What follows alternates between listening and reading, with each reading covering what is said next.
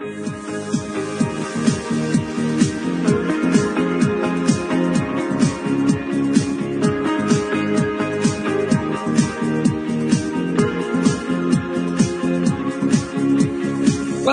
to LOA Today. I'm Walt Thiessen here with Louis D'Souza. Today is Monday, June the 3rd.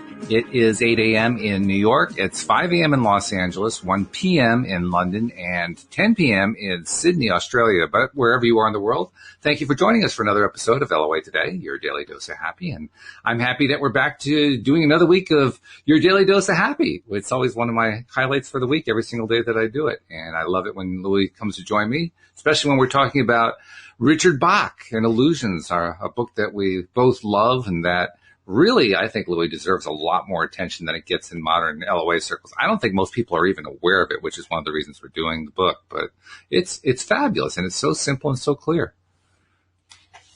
Totally agree. Morning, everybody, or afternoon, or evening, or wherever you are, whatever time of day it is. If you're waking up in the middle of the night to listen, we appreciate that too. So anyone who's tuning into the live stream, if you have questions while we're discussing the book and reading from the book, by all means, feel free to chime in and type into the live stream comment section. We'll be glad to address all that. But let's see. I want to get my announcements out of the way. First of all, just to let people know who are interested about what's going on with The Grass is Greener, the audio play that Alex King and I are developing. We have completed the first round of auditioning. We are doing callbacks now, and we're getting really excited because we've got a large group of people who have applied, and even the group who are in the callbacks is a decent-sized group of really talented people. So we think we're going to get a good cast out of this. And the tentative goal at this point is to have the final production of the first episode done by the middle of June. So it's coming soon, folks. It's coming really soon. Sounds amazing, Walt. I'm looking forward to listening to that. Oh, yeah, it's going to be good. In fact, I also want to thank a few of our listeners who decided to apply and be part of the casting process. And a couple have actually made it to the second round, which is pretty cool. Great. Yeah, good stuff. All comes to them. Also, I want to remind people who are not yet subscribers to the podcast, we do this 5 days a week. We have different topics every single day. I have different co-hosts. It's always a different episode, so you get lots of variety, which actually makes sense. We're talking about the law of attraction that applies in every aspect of our lives, so why not? But if you're not yet a subscriber, please become one. It's very easy to do. Just go to the homepage of our website, loatoday.net, and you will see right there at the top of your screen instructions on how to use your device to become a subscriber. And then, of course, once you subscribe, share. So subscribe and share. Let other people know about it. And let's see, is there anything else I wanted to talk about? Oh, just subscribing to on YouTube, because that's where we're doing our live stream now. If you want to be a part of the live stream audience, which is a small portion of our overall audience, and you haven't figured out how to do it yet, a couple ways you can get there pretty easily. One, we have the link in almost every description of every podcast episode that we put out there. But if you can't find the link, just go to YouTube and search for LOA Today podcast videos, and you will find it there. And then you can not only join the live stream, but you can also subscribe and click the little bell. That little bell gives you the notification that we're live. So even if you can't find the link, we'll let you know, which is pretty cool. So there it is. Those are our announcements for the day. And unless you have something, Louis, that you want to bring up, I'd say let's get into the book. Yeah, no, let's go straight in. All right. So Illusions by Richard Bach, published in 1975. So this book is a few years old, but I tell you, the stuff that's in this is timeless. We've been getting to know the two main characters, the main protagonists, Richard and Donald Shimoda, Richard being at least semi-autobiographical. I'm not sure if he's like autobiographical or just the host or a character that Richard Bach made up, but he seems kind of like a merger of the three, don't you think? Yeah, I would agree. Yeah, something like that. But anyway, Donald Shimoda is the Messiah. He's the one who brought him the Messiah's Handbook, and he's teaching Richard how to essentially apply the law of attraction, although that term never comes up in the book, but how to apply it in his life. And Richard is, like most of us when we're learning this stuff for the first time, is amazed and confused and bedazzled and trying stuff and can't seem to make it work. And then he makes it work in ways that shocks the heck out of him. It's a very, very familiar experience now that I think about it. You'd be a little bit shocked if you started walking on water. Hey, Walt. Well, actually, it's the swimming in earth part that really throws me. Well, walking in water is easy. That's right. Yes. So we're up to chapter 12, and it starts off, as so many of these chapters do, with a little note from the Messiah's Handbook, which Donald gave to Richard. And the note says, "The original sin is to limit the is. Don't." Good advice, I would say. It was an easy, warm afternoon between rain showers, sidewalks wet on our way out of town. "You can walk through walls, can't you, Don?" "No." When you say no to something I know is yes, that means you don't like the way I said the question. We certainly are observant, aren't we?" he said. "Is the problem with walk or with walls?" "Well, yes, and worse. Your question presumes that I exist in one limited place-time and move to another place-time.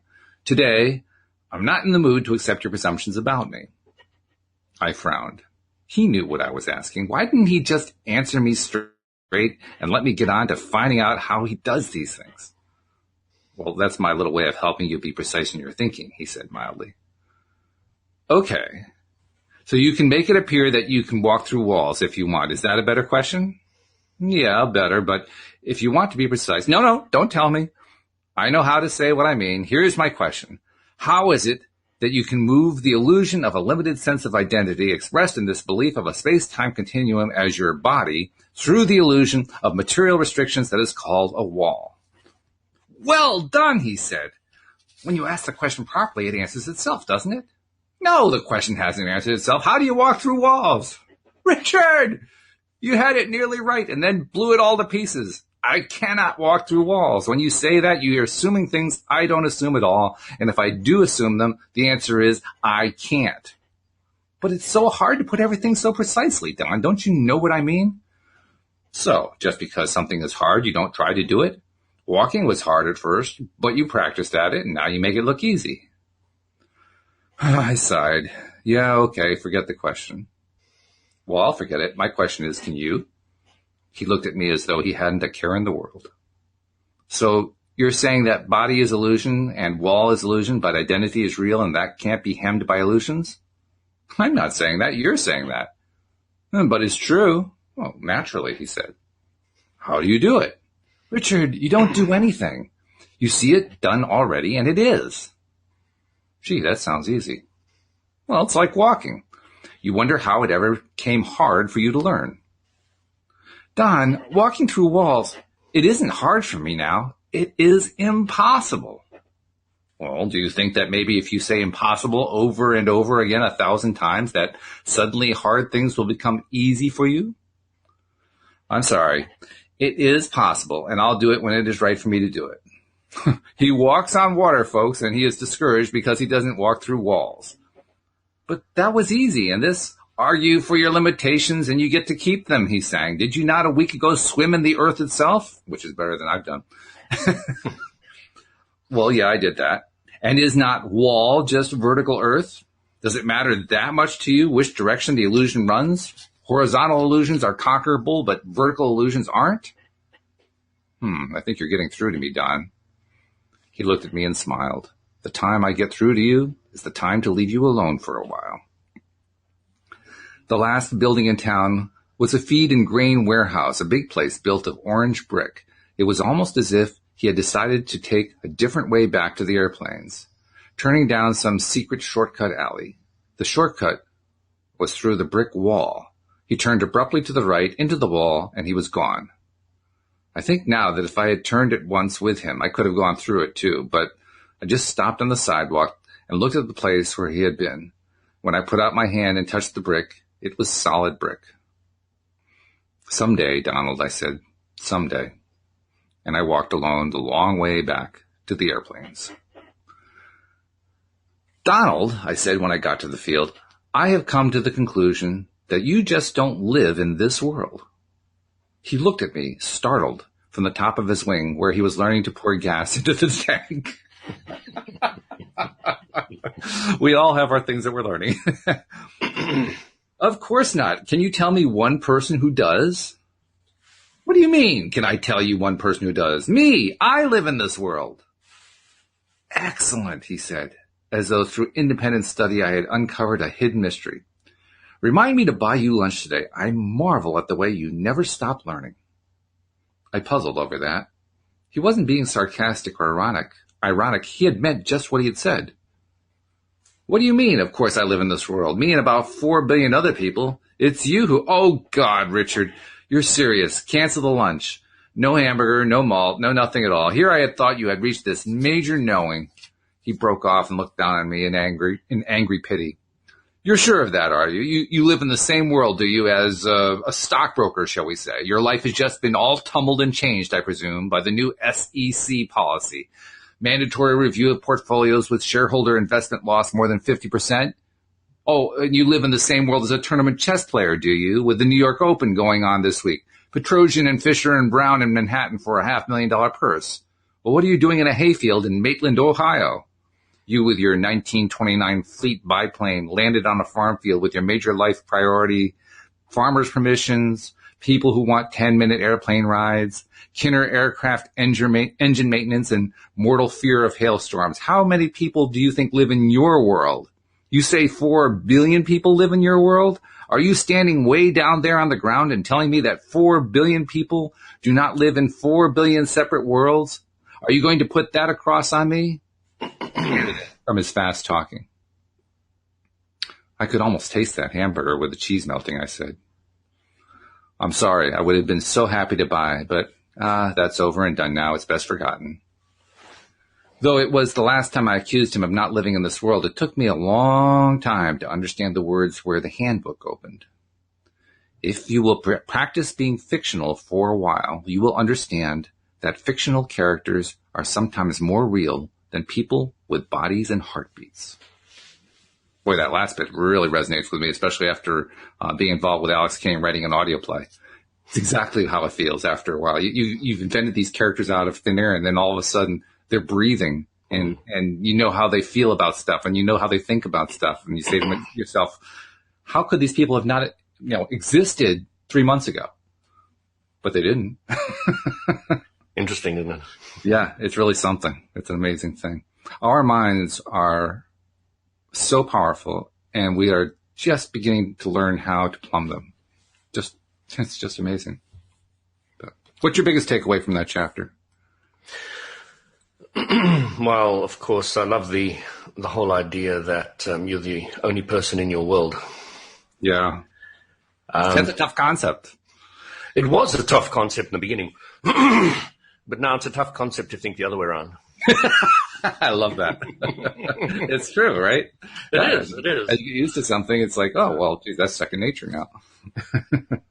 Yeah, I mean, I play an online game, and it's really very enjoyable. I've played it now for about 2 years, and there's a whole team of guys, and we've all got to know each other and all the rest of it, and it's, there's such a dynamic going on, and you very clearly start getting the idea that none of us live in each other's worlds because it's so vastly different. Mm. There's the one guy with his 10 kids, his wife's just left him, and there's another guy with 12 kids, and, there's another one whose father has just died of cancer, and, and so you've got all these different individuals with their very different experiences, and you're just blown away by the incredible differenceness of us all and how we really do live in our own worlds.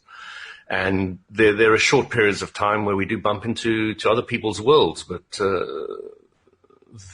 that little bit of bumping is just reaffirming your own world rather than being in theirs in any shape or form.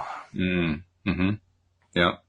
I was also struck by the fact that he referred to there being 4 billion people in 4 billion worlds. Today we're closer to 8 billion. Yeah, I was thinking exactly the same. Like, how long ago was this book written? How many people have... the book is about 40 years old, but wow. We've been busy on this planet. And that's part of where the confusion comes in, because we live in now close to 8 billion separate worlds, and yet, like the way I just said that, we've been busy on this planet, like we're all in the same world. Yeah. We're busy bumping into each other. Yeah, and we're good at that. what I think what we're really talking about here is what's the perspective we're going to use in order to understand how all this stuff works. And that's where the real advantage of the 8 billion people and 8 billion worlds concept comes into play, because now we can start making sense out of it in a way we couldn't make sense before. It's quite interesting. There's a whole bunch of people getting together, bumping their similar worlds together in London today because Donald Trump is landing and getting an official visit. And they're all there. I'd be running in the opposite direction. They hate him, and they're all there to shout him down and all the rest. Like, okay, that's the world you want to play in. Yeah, that's true. Yeah. Make him stronger and go for it. Make him stronger, right. We forget about that. Yeah. I saw a post on Facebook that I replied to briefly, along the lines of, I understand how all this stuff works, and then here going into, so why does this thing keep happening to me? Mm. It really illustrated for me just how easily we can forget that this concept is simple. What we focus on, what we feel and think about is what we bring into our lives, and then we forget about it the moment that we have some sort of problem that goes on. And that just because I bring something into my life doesn't mean you're bringing it into your life, and vice versa. Walt, I think the biggest challenge people face with that idea is they don't fully understand the basics. No. They think they do. They think they've got an intellectual grasp in it, but it takes time to learn it. Let's be honest. It just does. Even though it's simple, it just takes time to learn. But the first half of the learning is unlearning, isn't it? Exactly. Well, that's what it is. Yeah. It's dropping away that old thinking where, you thought Donald Trump could affect you, Yeah. in your world. Many people believe that very, very fervently. Oh, but he can only affect me if I think about him, if I worry about him, if I try to push him away, then he can affect me. Oh, and if I don't, he can have zero effect on me. How does that work? Really? Does it really work like that? Oh, come on, Louis, you're just talking rubbish. You don't live in this world. You don't face reality. Get your head out of the sand. Why would I want to face reality? I created. Yep, there it is. So let's move on to chapter 13. Once again, starting with a quote from the Messiah's Handbook. Your conscience is the measure of the honesty of your selfishness.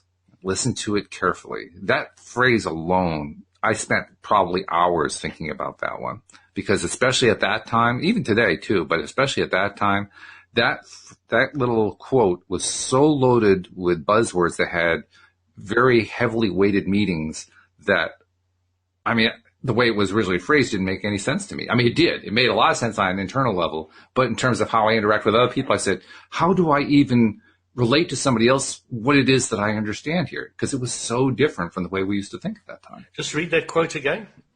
Your conscience is the measure of the honesty of your selfishness. Listen to it carefully. The key words being conscience, honesty, and selfishness. First of all, selfishness, that was a really bad thing. Especially back in the 1970s. That was a really bad thing. For many people today, it's still a bad thing. It really was whipped. You did get hit with that one.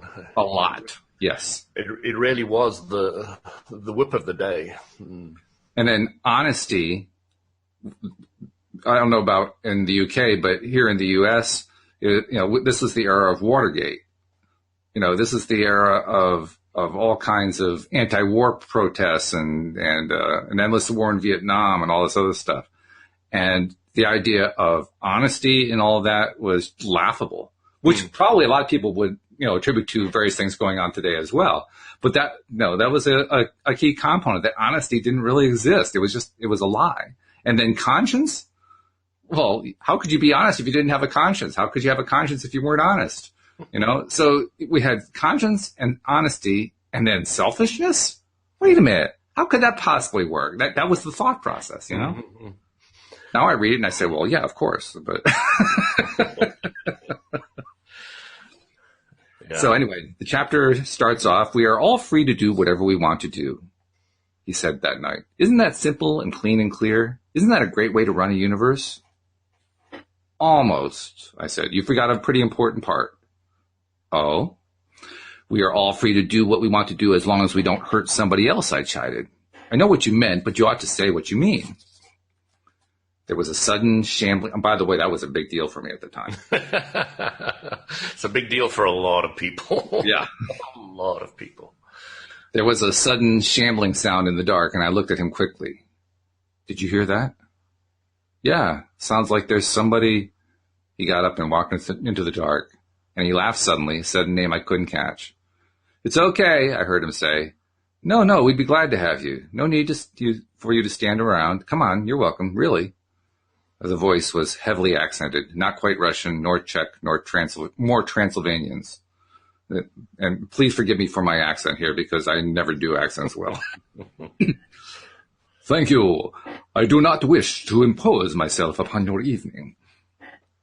The man he brought with him to the firelight was, well, he was unusual to find in a Midwestern night. A small, lean, wolf-like fellow, frightening to the eye, dressed in evening clothes, a black cape lined in red satin. He was uncomfortable and light. I was passing by, he said. The field is a shortcut to my house. It is? Shimoda did not believe the man, knew he was lying, and at the same time did all he could to keep from laughing out loud. I hoped to understand before long. Make yourself comfortable, I said. Can we help you at all? I really didn't feel that helpful, but he was so shrinking I didn't want him to be at ease if he could. I did want him to be at ease if he could. He looked on me with a desperate smile that turned me to ice. Yes, you can help me. I need this very much, or I would not ask. May I drink your blood? Just some. It is my food. I need human blood. Maybe it was the accent. He didn't know English that well, or I didn't understand his words, but I was on my feet quicker than I had been in many a month, hay flying into the fire for my quickness. The man stepped back. I am generally harmless, but I am not a small person. I could have looked threatening. He turned his head away. Sir, I am sorry. I am sorry. Please forget that I said anything about blood, but you see... What are you saying? I was the more fierce because I was scared. What in the hell are you saying, mister? I don't know what you are. Are you some kind of vamp? Shimoda cut me off before I could say the word. Richard, our guest was talking and you interrupted. Please go ahead, sir. My friend is a little hasty. Donald, I said, this guy, be quiet. That surprised me so much that I was quiet and looked a sort of terrified question at the man, caught from his native darkness into our firelight. Please to understand, I did not choose to be born a vampire. It is unfortunate. I do not have many friends, but I must have a certain small amount of fresh blood every night, or I writhe in terrible pain. Longer than that without it, and I cannot live. Please, I will be deeply hurt. I will die if you do not allow me to suck your blood. Just a small amount. More than a pint I do not need. He advanced a step toward me, licking his lips, thinking that Shimoda somehow controlled me and would make me submit. One more step and there will be blood, all right, mister. You touch me and you die. I wouldn't have killed him, but I did want to tie him up at least before we talked much more. Donald Shimoda must have been laughing himself. He must have believed me, for he stopped and sighed. He turned to Shimoda. You have made your point? I think so. Thank you. The vampire looked up at me and smiled, completely at ease, enjoying himself hugely, an actor on stage when the show is over. I won't drink your blood, Richard, he said in perfectly friendly English, no accent at all. And as I watched, he faded as though he was turning out his own light. In 5 seconds, he had disappeared. Shimoda sat down again by the fire. Am I ever glad you don't mean what you say? I was still trembling with adrenaline, ready for my fight with a monster. Don, I'm not sure I'm built for this. Maybe you better tell me what's going on. Like, for instance, what was that? That was a vampire from Transylvania, he said in words thicker than the creature's own. Or, to be more precise, that was a thought form of a vampire from Transylvania. If you ever want to make a point, you think somebody isn't listening, whip him up a little thought form to demonstrate what you mean. Do you think I ever did him, with the cape and the fangs and the accent like that? Was he too scary for you? Oh, the cape was first class, Don. But that was the most stereotyped, outlandish. I wasn't scared at all. He sighed. Oh, well. But you got the point at least, and that's what matters. What point? Richard, in being so fierce toward my vampire, you were doing what you wanted to do even though you thought it was going to hurt somebody else. He even told you he'd be hurt if he was going to suck my blood, which is what we do to anyone when we tell them we'll be hurt if they don't live our way. I was quiet for a long time thinking about that. I had always believed that we are free to do as we please only if we don't hurt another, and this didn't fit. There was something missing. The thing that puzzles you, he said, is an accepted saying that happens to be impossible. The phrase is, hurt somebody else. We choose, ourselves, to be hurt or not to be hurt, no matter what. Us who decides, nobody else. My vampire told you he'd be hurt if you didn't let him. That's his decision to be hurt. That's his choice. What you do about it is your decision, your choice. Give him blood, ignore him, tie him up, drive a stake of holly through his heart, and if he doesn't want the holly stake, he's free to resist in whatever way he wants. It goes on and on. Choices, choices. Well, when you look at it that way. Listen, he said, it's important. We are all free to do whatever we want to do. And that's the end of that chapter. But it's not the end of that concept, because that topic is a tough concept. Very tough topic. So, let's both go down to the bank and steal all the money quickly. You know what my mentor once said to me? She said, Louis, that no robber has ever been caught without their own permission, without them wanting to be caught.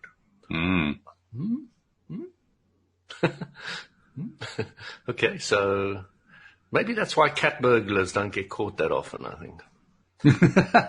They really don't think they're doing wrong, and they're probably a little bit of Robin Hood there, They steal from the rich and give to the poor. And Could be, yeah. Well, I mean, I could say the same thing about politicians. I mean, Politicians don't think they're going to get caught. They steal from people all the time. They steal our time with their lives. What? They steal time, they steal money, they steal energy, they steal power, they steal all kinds of stuff. But they do it legally. Well, you see, they're doing what they want. Yeah, they are. And when we pay attention to them and focus on them and get all excited about them, we're doing what we want. And we're amplifying them and giving them more power. Which is exactly what they want. What a great system. I was so curious about the whole Donald Trump election process, because I was pretty sure he was going to win. Oh, were you? Yeah, and I was saying, from a law of attraction point of view, I was saying he's going to win because people don't like him, not only in America but all around the world. People, or friends and family, and people were saying, I hate this guy, I think he's terrible, and they were going on and on and on about it. So wow, he's going to get so much power from so many people. It's unbelievable. Going to get so many mental votes. It's unbelievable. Yeah. So. I have to admit, I wasn't sure. I mean, I kind of thought it was going to be Hillary Clinton, but I also saw just how much energy and attention Trump was getting. I kept hedging my bet. And come election day, I really wasn't sure which way it was going to go, because they were both hated. I mean, this is the first election that I can ever think of. And I'm a political science major. So, I mean, that was my thing to study is, what's been going on with all the elections. This is the first one I can think of where both of the candidates had what they call higher unfavorables than favorables, meaning that a higher percentage of people actually didn't like them than liked them. I think that it happened not since polling had started. Of course, we started doing polling in this country around the 1940s. Every single time there was at least one candidate who the public liked more than they disliked. This time they disliked both candidates. And I didn't know how to evaluate that one. But it turned out that the power of the divisiveness that Trump put out there was more enticing in this sense. Along the lines of what you're talking about. And I think that's actually what carried him to victory. Despite, I would say, some pretty clear odds against him, because Clinton was definitely the favorite 6 months before. There was no doubt about that. But that changed when people focused on what they didn't want. The biggest reason why I actually have never voted, and I can't really vote, is because I can't vote for this person, which I don't believe is going to be an effective leader, or that person I don't believe is an effective leader. And if those are my choices, I can't vote. I'll vote mentally for what I believe is right and just continue thinking about that, and I'll leave them to play their games, I hear you. Yeah. I've actually voted on 3 occasions and never for a major party candidate. Okay. Never once. And that was before I understood how law of attraction works. That was just, yeah. I simply couldn't stomach the idea of voting for any of them because I really believe you vote for what you want. You don't vote against what you don't want. Now, a lot of people argue in favor of the idea of voting against what you don't want, but Donald Trump has very effectively proven the fallacy of that approach. Because a whole bunch of people voted against Hillary Clinton and got Donald Trump. It was, it was quite the thing. But so let's read that quote again. Sure. The one at the end? Yeah. Listen, it's important. We are all free to do whatever we want to do. Unqualified. And it's the unqualified part that throws us. Yeah. Yeah. One thing when you do start living a bit of that philosophy, and I'd love to say I live it all the time completely, and that would be a complete lie. No, it's not a complete lie. I mean, we're all learning. That's the thing. Yeah. We're all learning how to do this. You do feel a huge increase in freedom, in not caring so much what people think about you, and worry about how you may be perceived in any shape or form. Because you really start you create your own reality. So the only person you really have to care about your feelings is your higher self, and your higher self is going to give you positive or negative emotion based on your next action, thought, and deed. So, you're now going in, listening and reacting, going in, listening and reacting. And you just changes your world completely. Absolutely, completely. I think one of the toughest parts about this concept is the idea, well, doesn't this mean that if you can just do whatever you want, then a whole bunch of bad stuff is going to happen and the person doing the bad things won't have anything bad happen to them? But there's no good and bad. So like there's no justice in the world. If this quote is true, then there's no justice in the world. That's the conclusion a lot of people will draw. And justice in the world doesn't believe that we live alone in our own world. It believes other people can influence and affect us in ways we have no control over, which is completely not true. Mm-hmm. That's true. Yeah. And also by taking that position, we forget that everything that we focus on produces consequences. And by consequences, I don't mean something bad. A consequence is literally what happens next in the sequence. Yeah. So everything that we focus on is going to create some consequence. And those consequences are often for the person who is, doing the thing that other people don't like, doing the bad thing that, as they so call it. The consequence often matches up with the thing that they did because law of attraction. They put out there this stuff that has X field to it, and X field comes back to them. And there's some people who thrive on that, and other people who thrive on it not so much. And the ones who thrive on it not so much tend to get it, smacking them in the face like they ran into a brick wall. But the consequences are everywhere. They don't stop. They don't require a government to impose them. They don't require a law. The law already exists. It's called the law of attraction. Yeah, it's great fun. You watch people walking into walls everywhere, and and then they say, "Oh my gosh, it's sore," Yeah, right. Why does my nose hurt? Yeah. And it's just so funny because you start seeing it, and you start seeing it clearly, and you really start seeing that other people are walking into walls. Now, the next thing that happens to an individual who sees it clearly is, oh my gosh, now I need to save everybody. Mm-hmm. Mm-hmm.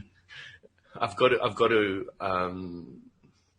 make them aware of what they're doing. And then you start realizing that you want to invade somebody else's space, and then you realize, oh, it's actually impossible, so let me not even try. But if I'm a shining example of it, then people may come to me and ask me, and then I can tell them. Which is, to be honest, that's one of my main impetuses for doing this audio play. I'm not doing the play in order to preach to people, law of attraction, you must become adepts at it, you must learn it, and so forth. The whole point is simply to show people very clear examples of this leads to this, leads to this. People focus on this and they get that. People focus on that and they get this. And just show it, which is what a good, entertainment type play or movie or whatever is all about. You don't actually tell a story, you show a story. And so That's what we're doing. We're just showing the story. And that's also where it's most fun. Interesting thing. This is something I'm curious about your opinion on. Drama has interested me for a while, not in the sense that I've wanted to be an actor or anything like that, but I've been focused on why is it that drama is so interesting to people? Because people are fascinated by drama. I mean, literally, you can look at 1,000 different examples of it. It's in the news. You know, people are driving down the highway and there's a traffic accident. And they all have to rubberneck to see the traffic accident. You know, they watch every single movie that has every single dramatic performance you could possibly imagine, every single stage play. I mean, they're just consumed with it. People are absolutely consumed with drama. Why do you think everyone's so consumed with drama? Well, we came to the contrasting universe to play with the contrast, and contrast in itself means drama, doesn't it? It does. Yeah. So we came here for the drama, and we do enjoy the drama. And as as Abram says to some people when they're running off and spouting this and that, well, they'll say to them, you know, you just like the drama, don't you? And yeah, no kidding. 90% of them say, well, yeah. It's true. It's true. Yeah. But do you have any idea why we love it so much? That's the part I have never fully formed an answer. I mean, I can come up with the answers, but I don't have something that really satisfies me yet. Well, why did we come to the physical universe? Mm-hmm. To play with the drama. Let's cut out the word contrast. So we like it a lot because it's the reason we came. Okay. To me, that begs the question, but I understand what you're saying. It's just really cutting to the bones. It's, yeah. I guess it's another way of saying, well, we like it because we like it. Well, we like it because we know our prime directive. I like to use that word. The prime directive? Oh, my God. It's a Star Trek analogy. You will be assimilated.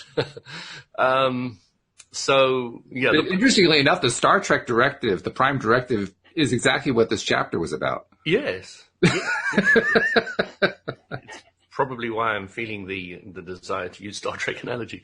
Yeah, right. Just give me 1 second. I didn't put my power on, so my laptop's dying. 1 second.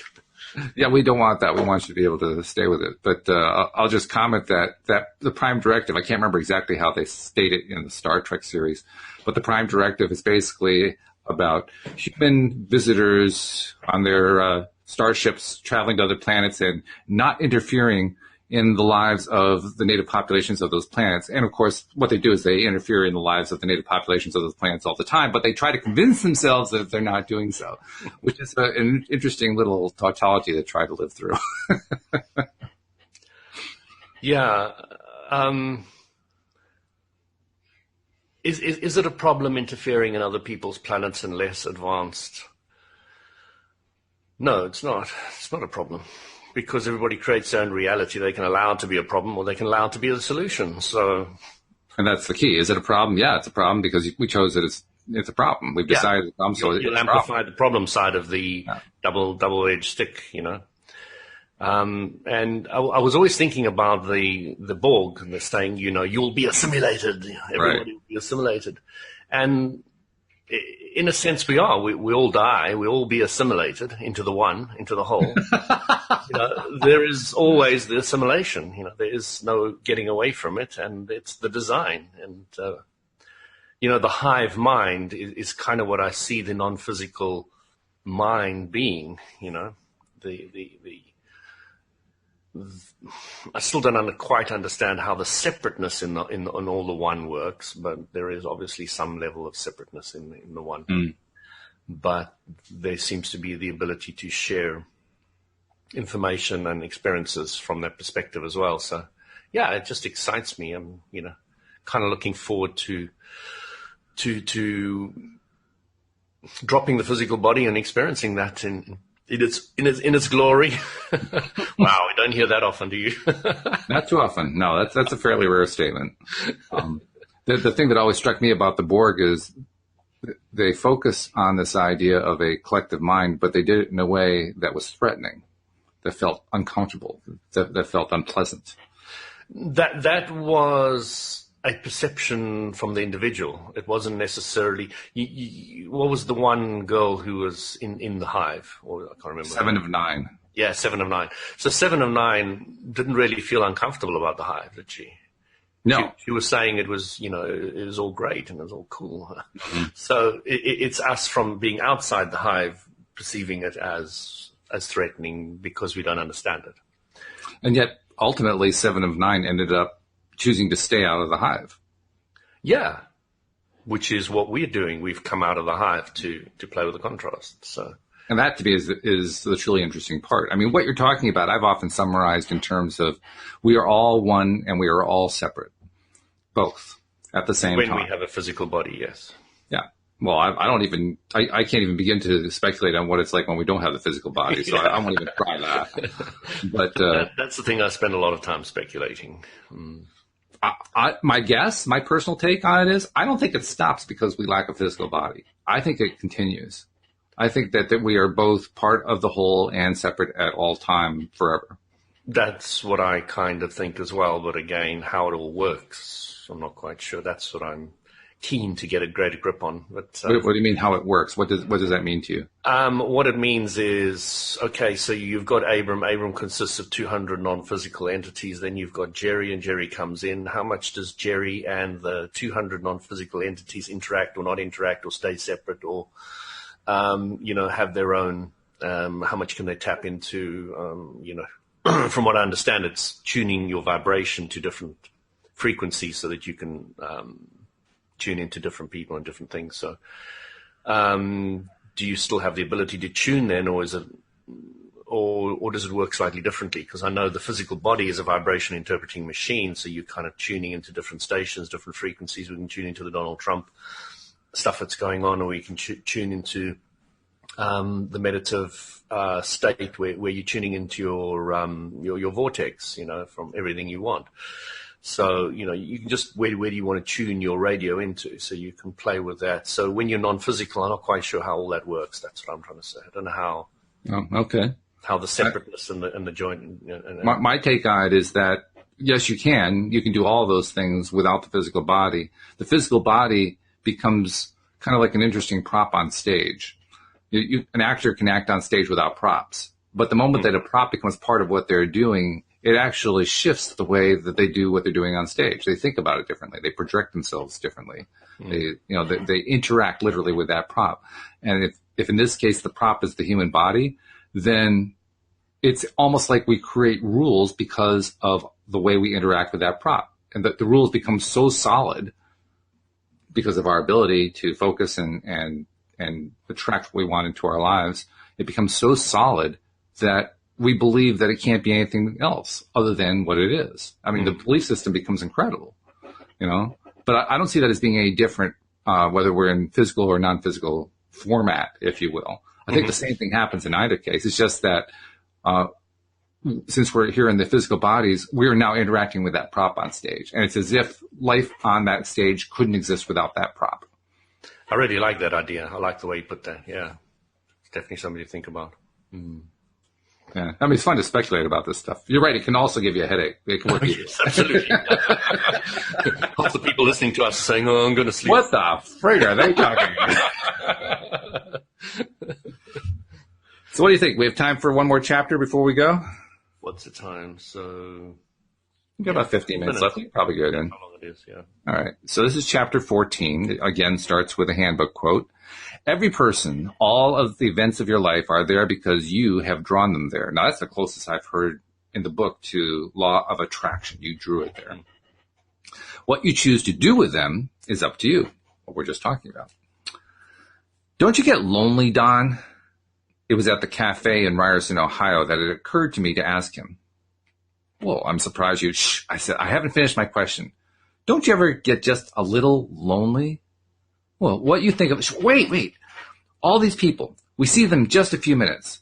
Once in a while, there's a face in the crowd, some lovely, star-bright woman who makes me want to stay and say hello, just be still and not moving and talk for a while. But she flies with me 10 minutes, or she doesn't, and she's gone, and next day I'm off to Shelbyville, and I never see her again. That's lonely. But I guess I can't find lasting friends when I'm an unlasting one myself. He was quiet. Or can I? May I talk now? I think so, yes. The hamburgers in this place were wrapped half over in thin oiled paper, and when you unwrapped them, you got sesame seeds everywhere. Useless little things, but the hamburgers were good. He ate in silence for a time, and so did I, wondering what he would say. Well, Richard, we're magnets, aren't we? Well, not magnets. We're iron wrapped in copper wire, and whenever we want to magnetize ourselves, we can. Pour our inner voltage through the wire, we can attract whatever we want to attract. A magnet is not anxious about how it works. It is itself, and by its nature, it draws some things and leaves other things untouched. I ate a potato chip and frowned at him. You left out one thing. How do I do it? Well, you don't do it. Cosmic law, remember? Like attracts like. Just be who you are, calm and clear and bright. Automatically, as we shine who we are, asking ourselves every minute, is this what I really want to do? Doing it only when we answer yes. Automatically, that turns away those who have nothing to learn from who we are and attracts those who do, and from whom we have to learn as well. But that takes a lot of faith, and meanwhile, you get pretty lonely. He looked at me strangely over his hamburger. Humbug on faith. Take zero faith. What it takes is imagination. He swept the table between us clean, pushing salt and French fries out of the way, ketchup, forks, and knives, so that I wondered what was going to happen. What would be materialized before my very eyes? If you have imagination as a grain of sesame seed, he said, herding an example seed to the middle of the clearing, all things are possible to you. I looked at the sesame seed, and then at him. I wish you messiahs would get together and agree. I thought the thing was faith when the world goes against me. No, I wanted to correct that when I was working, but it was a long uphill fight. 2,000 years ago, 5,000, they didn't have a word for imagination, and faith was the best they could come up with for a pretty solemn bunch of followers, and also they didn't have sesame seeds. Now, I knew for a fact that they had sesame seeds, but I let this lie go past. I'm supposed to imagine this magnetizing. I imagine some lovely, wise, mystical lady appearing in a hayfield crowd in Tarragon, Illinois. I can do that, but that's all that is. It's just my imagination. He looked at me he looked despairingly to heaven, represented for the moment by the tin plate ceiling and cold lights of Eminenda's Cafe. Just your imagination? Of course it's your imagination. This world is your imagination. Have you forgotten? Where your thinking is, there is your experience. As a man thinks, so he is. That which I feared has come upon me. Think and grow rich. Creative visualization for fun and profit. How to find friends by being who you are. Your imagining doesn't change the is one whit. It doesn't affect reality at all. But we are talking about Warner Brothers worlds, MGM lifetimes, and every second of those are illusions and imaginations. All dreams with the symbols we waking dreamers conjure for ourselves. He lined his fork and knife as though he was building a bridge from his place to mine. You wonder what your dreams say? Just as well you look at the things of your waking life and ask what they stand for. You with your airplanes in your life every time you turn around. Well, Don, yes. I wish he would slow down, not pile this on me all at once. Mile a minute is too fast for new ideas. If you dreamed about airplanes, what would that mean to you? Well, freedom. Airplane dreams are escape and flight and setting myself free. How clear do you want it? The dream awake is the same. Your will to be free of all things that tie you back, routine, authority, boredom, gravity. What you haven't realized is that you're already free, and you always have been.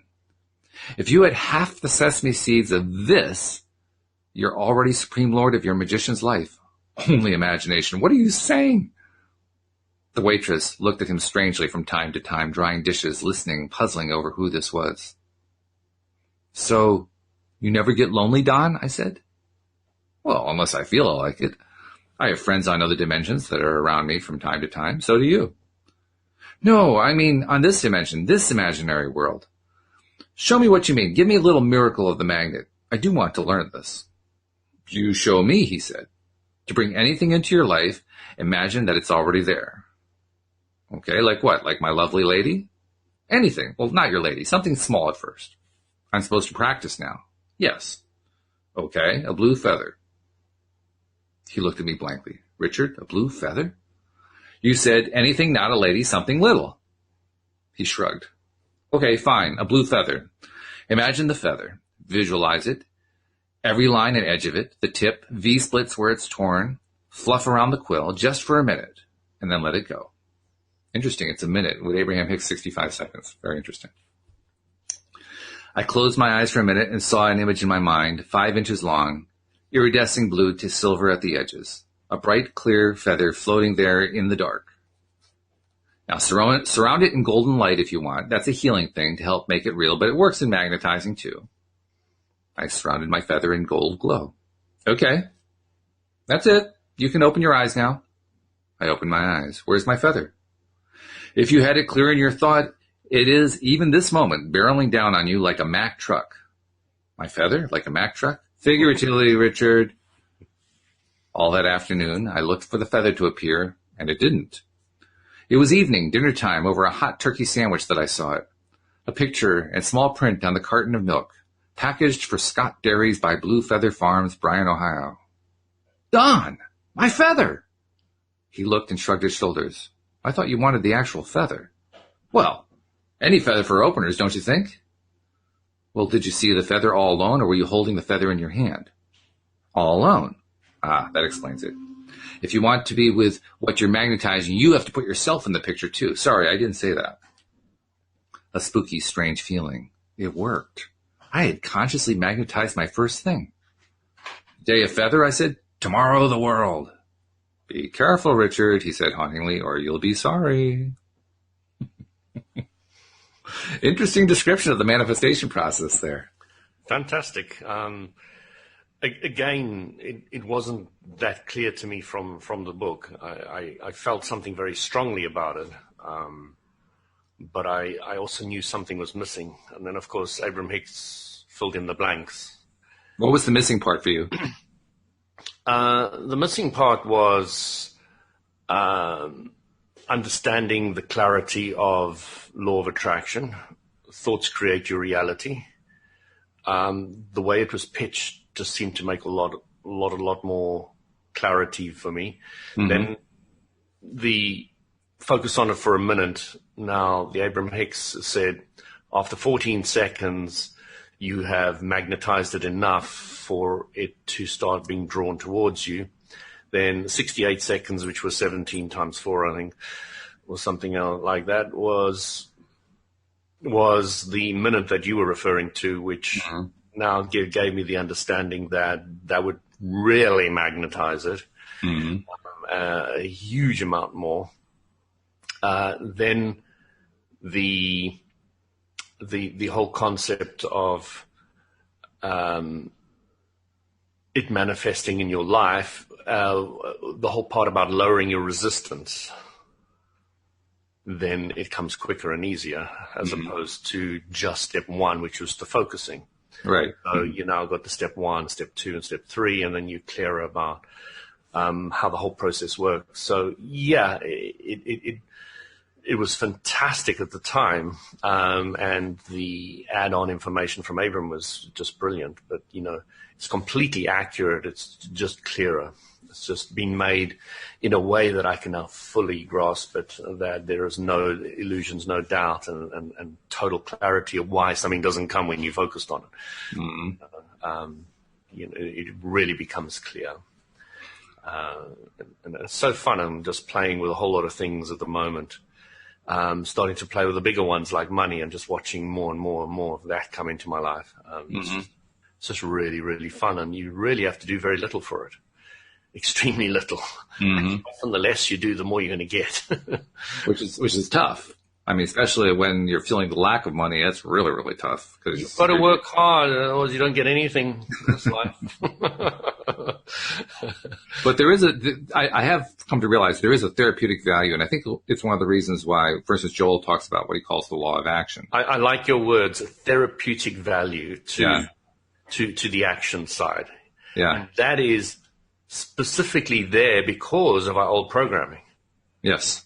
It eases the old programming, which hasn't been eradicated. It's, you've got to work hard for your money. Yeah, yeah. I mean, the first word to take out is hard. Once you take that, that's the hardest word to take out, by the way. Is the word. The hardest word to take out is hard. Yeah. But letting go of the idea that it has to be hard, and then you start playing with the idea, well, geez, that means it could be fun. It could be intriguing. Yeah. It could be exciting. Yeah. It can manifest in ways that delight and surprise you. Yeah. Yeah. All the time. Whoa. Shivers down the spine on that one, right? I know. It's too delicious for words. The other thing too, and this was one of the things I asked you what it was that was missing for you that Abraham filled in the gaps. For me, it was the same concept, the idea of how Abraham breaks it down that after 17 seconds later, 14 seconds, because apparently the time frame is shrinking, but those first 14 to 17 seconds was all about attracting another thought. And then the 56 to 68 seconds was about actually starting to manifest the actual physical thing into a hardened reality. And what that did for me was it clarified something that other people seem to get very easily confused about. And I understand why that gets confusing, but I also didn't. Let me tell you why. Okay. You know how like when we're meditating, we get frustrated because we can't seem to focus on just slowing the mind down. The mind gets drawn off in 1,000 directions, right? Yeah. And I have to keep bringing it back and bringing it back and bringing it back. Well, that's what Abraham is talking about. I put out a thought, and before anything could start to manifest, another thought came to me, and it distracted me. It's like, okay, I have to bring my attention back to what I wanted. Basically, what Abraham was explaining was how that process of meditating works. Yes, that was very beneficial. Hugely, hugely, hugely beneficial. The story about the cork under the water. Mm-hmm. So whatever you want is like, when you focus on it, is like that cork, but it's under the water. So the natural tendency of a cork is to pop up. Mm-hmm. And if there's nothing pushing it down, it's just going to get to the surface. Mm-hmm. And that's what it is. You know, if there's no resistance, that cork, there's nothing that can stop that cork from arriving on the surface. Nothing. I like the Abraham example, the Abraham metaphor of how we attract thoughts first, and then we start to attract real things. By real, I mean physical things afterward. Is now all of a sudden it makes sense why my mind would be distracted. Of course it must be. I'm getting the thoughts first. That's the distraction. And it's actually, in one sense, it's not even a distraction. It's just, here I am manifesting the first thing that comes back to me, which is another thought. Which is the natural process. But now you don't want your thoughts to wander around randomly. You now want to focus them more on what you want. So yes. It's instead of letting them go off in all different directions, you're now corralling them to say, you know, let's get what I want. And to do that, we need to place a thought on what we want. So we take it from what we don't want, put it on what we want, take it from what we don't want usually, or don't care about, or not that interested in, and then move it into where we want. And then slowly but surely your laser focus comes in, and bang, you start manifesting what you want. It just all shoots off in the right direction. Then you've got step one all right. Then you've got to work on step 3, which is distract yourself, do something fun, do something happy, do something that you enjoy, so that you're not pushing what you want away from you. And plus, to me, it's also very calming and soothing to realize that when my mind is being distracted and going off in all those different directions, that's actually a good thing. It's a good thing because it's basically reinforcing for me, here is where my mind has been focused. And if I don't like necessarily where that thought direction was, I don't have to stay with that. I can go where I wanted to go. I'm actually free to interact with it any way I want to. Exactly. I don't have to get upset about the fact that, oh my God, I couldn't focus on what it was I wanted to focus on all that time. It was a statement one person said to me many years ago at a spiritual seminar I went to. He said, you can always choose your next thought. Yes. And I was like, can actually. Yeah, I can choose what I want to think about next. I can do that. And it was like quite an eye-opener for me. It was really, really, really valuable. And then, of course, you forget about it and you carry on bumping your head in your life. And I was speaking to my wife, and I was saying, you know, you really need somebody to hold the candle of the philosophy and the teaching in your society, in your area, in your group, etc. You need somebody who's really clear about it, who can really hold it, because that person's going to be of immense value to everybody around them. It's true. And we referred to Star Trek during the show, so I'll finish with a Star Trek quote. Cool. Let's go for it. It was one from the original Star Trek series where Kirk ends up in an alternative universe speaking to an alternative Spock. And he's trying to convince that alternative Spock to create a revolution because it's such an authoritarian society. And as he's about to be transported back to his version, to his universe, he says to Spock, Mr. Spock, in every revolution, there is always one man with a vision. That always stuck with me. Yes, one person is clear about what they want. Yeah, and if they're not, there is no revolution. Well, it's a revolution in thought, and that's really what all that really matters anyway. Revolution in thought is changing your thought around to what it is that you want. So, with that thought in mind, I will draw our show to a conclusion, and we'll be we're pretty close to finishing the book. I don't know if we'll finish it next week, but we'll certainly finish it over the next 2 weeks. So that'll be good. I've really enjoyed it. Yeah, I have as well. Short, clear. Yeah. Good stuff. So thank you, and thank you to our live stream listeners, and thank you to our podcast listeners as well. And we will see you all next time here on LOA Today. Goodbye, everybody. Bye, everybody.